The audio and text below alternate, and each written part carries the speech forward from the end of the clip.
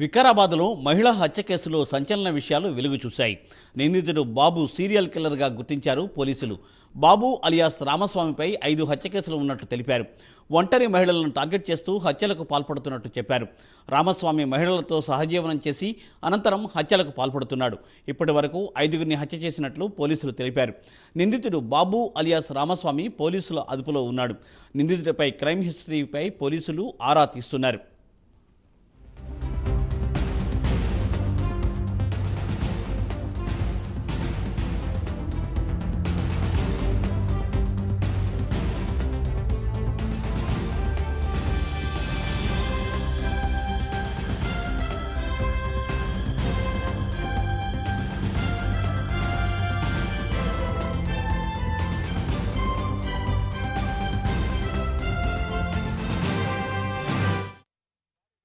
వికారాబాద్ మహిళా హత్య కేసులో సంచలన విషయాలు వెలుగు చూశాయి. నిందితుడు బాబు సీరియల్ కిల్లర్గా గుర్తించారు పోలీసులు. బాబు అలియాస్ రామస్వామిపై 5 హత్య కేసులు ఉన్నట్లు తెలిపారు. ఒంటరి మహిళలను టార్గెట్ చేస్తూ హత్యలకు పాల్పడుతున్నట్టు చెప్పారు. రామస్వామి మహిళలతో సహజీవనం చేసి అనంతరం హత్యలకు పాల్పడుతున్నాడు. ఇప్పటి వరకు 5గురిని హత్య చేసినట్లు పోలీసులు తెలిపారు. నిందితుడు బాబు అలియాస్ రామస్వామి పోలీసుల అదుపులో ఉన్నాడు. నిందితుడి క్రైమ్ హిస్టరీపై పోలీసులు ఆరా తీస్తున్నారు. దీనిపై మరింత సమాచారాన్ని మా ప్రతినిధి కుమార్ అందిస్తారు. కుమార్. థ్యాంక్ యూ మూర్తి. వికారాబాద్ మహిళల హత్య కేసులో అయితే ఒక సంచలన విషయాలు అయితే బయటకు వస్తున్నాయి. ఏదైతే రామస్వామి అలియాస్ బాబు అనే వ్యక్తి ఈ మహిళలను హత్య చేస్తున్నట్లు కూడా పోలీసులు అయితే గుర్తించారు.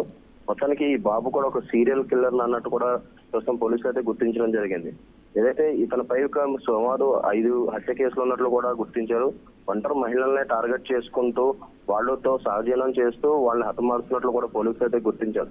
మొత్తానికి పోలీసుల అదుపులో కూడా రామస్వామిని అయితే తీసుకున్నారు. ఏదైతే రామస్వామి క్రైమ్ హిస్టరీపై పూర్తిగా ఆరాలు అయితే తీస్తున్నారు. ఏదైతే మొన్న వికారాబాద్ లో ఒక మహిళ హత్య అయితే గురైంది. ఈ హత్య గురైన మహిళ పేరు కూడా అనసూయగా గుర్తించారు. మొత్తం 4 రోజుల క్రితం వికారాబాద్ లో ఈ అనసూయనైతే హత్య చేశాడు.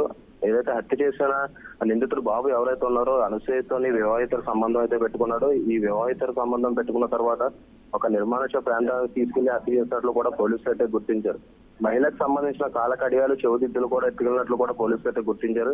మొత్తానికి నిందితుడు బాబును అయితే పోలీసులు అయితే అదుపులో తీసుకున్నారు.